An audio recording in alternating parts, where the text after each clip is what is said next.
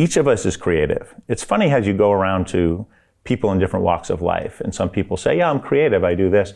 But a lot of people have certain jobs and they say, this is what I do and this is who I am. They don't think of themselves as creative. But that's about to change.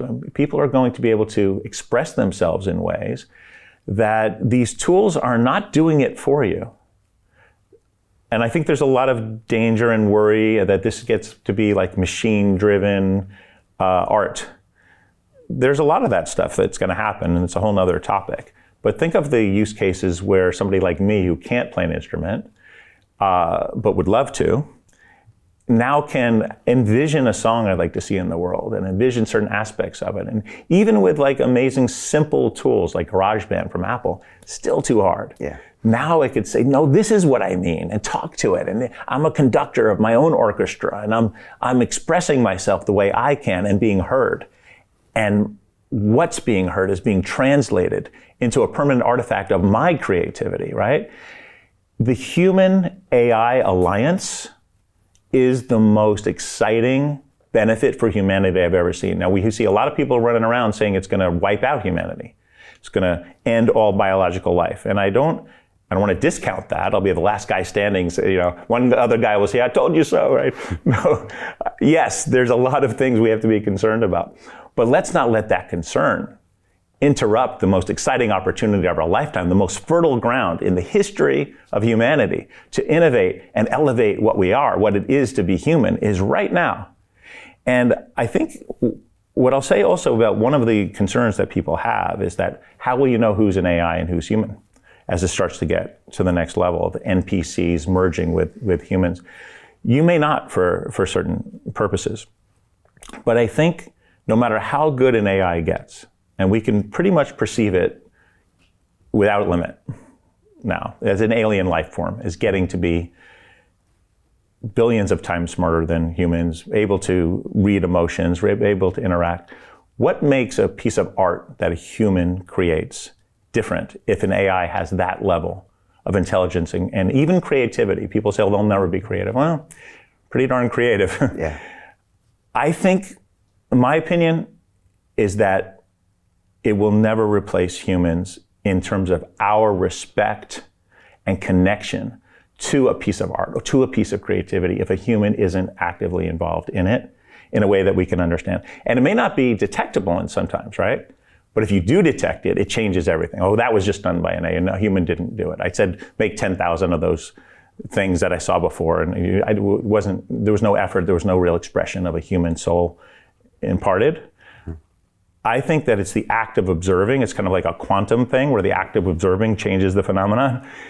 It's even knowing that a human's part will always be more valuable. And there's something about the biological set of circumstances that creates this versus the AI that will keep us, will keep humanity in the forefront of what matters. And I think we should recognize that and build around that concept and not look to replace humans, but to enhance them. Yeah, I think that definitely works for the short term, for sure. In the long enough timeline, that could get really blurry. But in the short term, I love what you talk about. I mean, being human is about being creative. And yet for so many of us, we grew up, I'm no good in music, I'm no good at art. And so you ask most people, I'd say 80-90% of people say, I'm not an artist, I'm not creative, because they've never been given the tools to where they can express themselves and be proud to show someone something. And they're missing a fundamental part of human, and we're all missing their creations, right? And I've listened to a bunch of people recently that have said that now with AI, I can do things I've always wanted to do. Amazing, right? Yeah, and I played around with GarageBand and I could never really get it going, but you know, I want to create the hip hop track. And you know, I know you have a music venue in Santa Monica and you're like, you want to create some music, right? I'd love to create. Now imagine if that superpower, that creativity, that enhancement also empowers me to put it out there in a new way. So now, as we talked about, the synthesis of these things. It's not these isolated, AI is cool, or wallets are cool, or programmable digital objects are cool. What if they all work together? What if I now have a self-sovereign identity that is mine, that I control, which can receive payment in a decentralized world, that now allows me to create programmable digital objects with AIs that allow me to envision almost anything that's imaginable, put them out into the world and get paid for it. What if I could do a spoken word poem, or I could translate a sentence from Swahili to English and get paid for that, a unit of work, it's a form of creative output. What if that could now happen on a global basis where money moves more freely as communication does, and creativity is easier to not only empower at scale, but distribute? And I think that's where we're headed. And to me, that's really exciting. We've seen in Web 2 the emergence of the UGC economy, YouTubers and influencers. That now gets turbocharged here, where everybody gets a chance to get out there and make a name for themselves and be known.